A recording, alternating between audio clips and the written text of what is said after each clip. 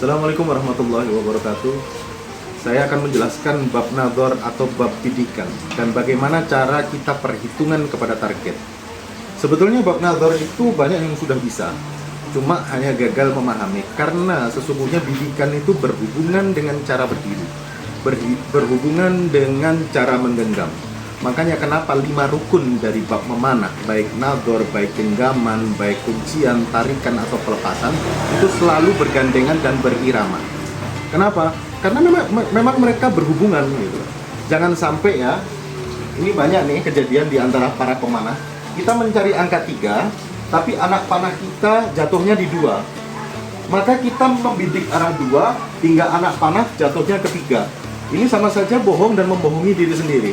Ini masih target diam, lah bagaimana kalau target bergerak, ya kan?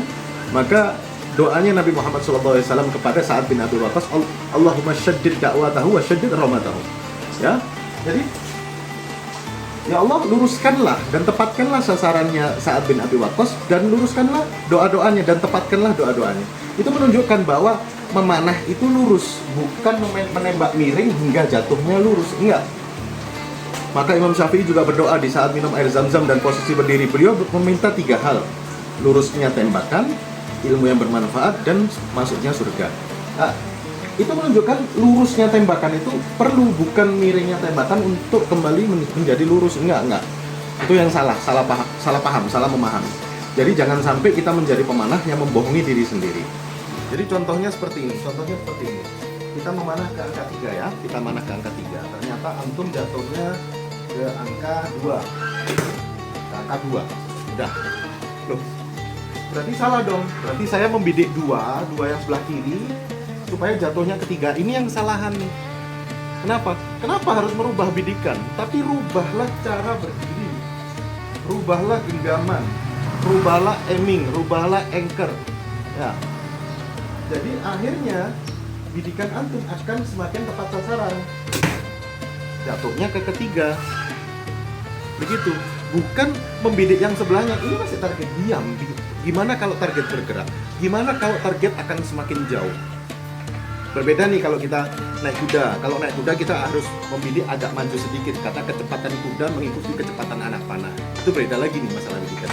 Tapi kalau sudah diam, ini jadinya berbeda. Kalau sudah diam jadinya berbeda. Jadi jangan sampai kita ini membohongi diri sendiri. Ingat doa Nabi, selalu ditepatkan sasaran, selalu diluruskan sasarannya, luruskan tembakan. Terus nanti doanya Imam Syafi'i, luruskanlah tembakan saya. Doa kita kepada Allah, luruskan tembakan saya ya Allah. Bukan miringkan tembakan saya supaya lurus, enggak. Jadi ingat, bidikan itu harus selalu lurus dengan anak panah. 3 ke arah target. Untuk masalah elevasi tergantung kita sebagai penembak. Dia anak panahnya berat atau anak panahnya ringan. Bagaimana kalau anak panahnya lentur? Berarti berhubungan antara anak panah dan busurnya dan kekuatan busurnya. Jadi kita sebagai seorang pemanah jangan membohongi diri sendiri. Semoga antum bisa terus belajar. Carilah guru yang memang berdasarkan sanad dan ilmu salafus saleh, ya, atau guru yang pernah belajar ke situ. Jangan berpendapat sendiri. Kenapa? Karena dulu para imam ini udah ditata nih aplikasinya, ini pelajarannya, ini ke sini, ini ke sini, ini ke sini. Jangan kita berdiam diri di dalam kesalahan supaya mendapatkan kebenaran. Enggak, carilah kebenaran walaupun kita salah dulu di awal. Ya, gitu ya. Wallahu a'lam bishawab. Semoga antum bisa terus belajar, ya, dan terus mengembangkan ilmu memanah, bukan hanya dari pendapat pribadi tapi disandarkan kepada ulama. Wallahu a'lam. Wassalamualaikum warahmatullahi wabarakatuh.